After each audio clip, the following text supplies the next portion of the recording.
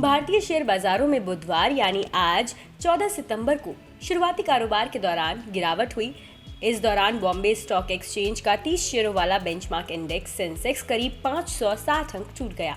इस गिरावट के साथ ही शुरुआती कारोबार में निवेशकों की करीब 2.21 लाख करोड़ रुपए की संपत्ति डूब गई। 14 सितंबर को कारोबार के अंत में सेंसेक्स 224.11 अंक यानी 0.37% की गिरावट के साथ 60,346.97 के स्तर पर बंद हुआ। वहीं निफ्टी 66.30 अंक यानी 0.37% टूटकर 18,004 के स्तर पर बंद हुआ। महंगाई के डर सहित नेगेटिव ग्लोबल संकेतों के चलते भारतीय बाजार में बुधवार को भारी गिरावट देखने को मिल रही है।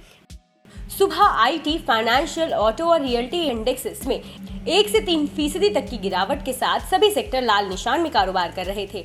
बीएसई मिड कैप और स्मॉल कैप इंडेक्सेस दोनों में 1% की गिरावट रही। हेम सिक्योरिटी के हेड मोहित निगम ने कहा, अमेरिका में महंगाई के डेटा में अनुमान से कम गिरावट के चलते मंगलवार को वहां के बाजार भारी गिरावट के साथ बंद हुए।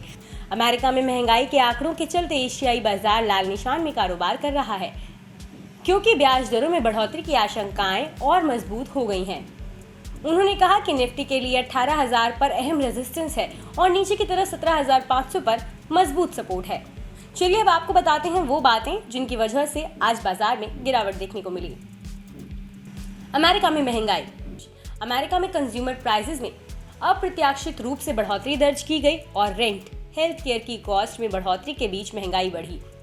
इससे फेडरल रिजर्व द्वारा अगले बुधवार को ब्याज दर में 75 बेसिस पॉइंट की बढ़ोतरी की आशंकाएं मजबूत हो गई हैं।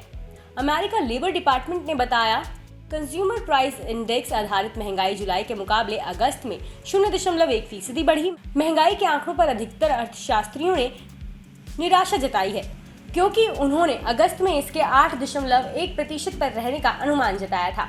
ग्लोबल मार्केट्स में बिकवाली। वॉल स्ट्रीट के एनालिस्ट का मानना है कि महंगाई उम्मीद के मुताबिक धीमी नहीं हो रही है।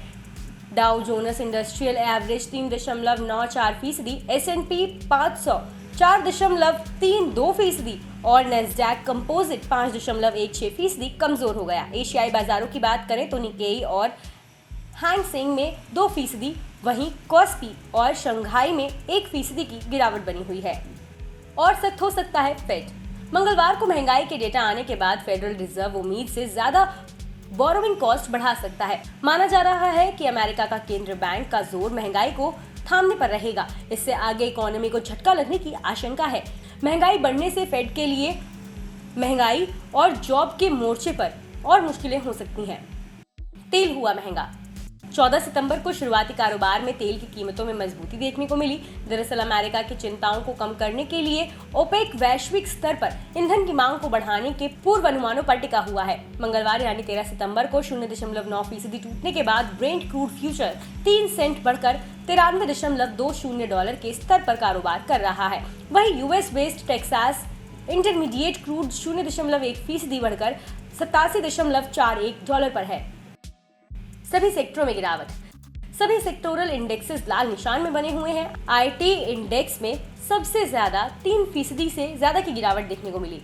वहीं फाइनेंशियल, रियल्टी, कैपिटल गुड्स और मेटल में 1% की गिरावट रही। बता दें कि मनी कंट्रोल पर दिए गए विचार एक्सपर्ट्स के अपने निजी विचार होते हैं। वेबसाइट या मैनेजमेंट इसके लिए उत्तरदायी नहीं है। यूजर्स को मनी कंट्रोल की सलाह है कि कोई भी निवेश निर्णय लेने से पहले सर्टिफाइड एक्सपर्ट की सलाह लें।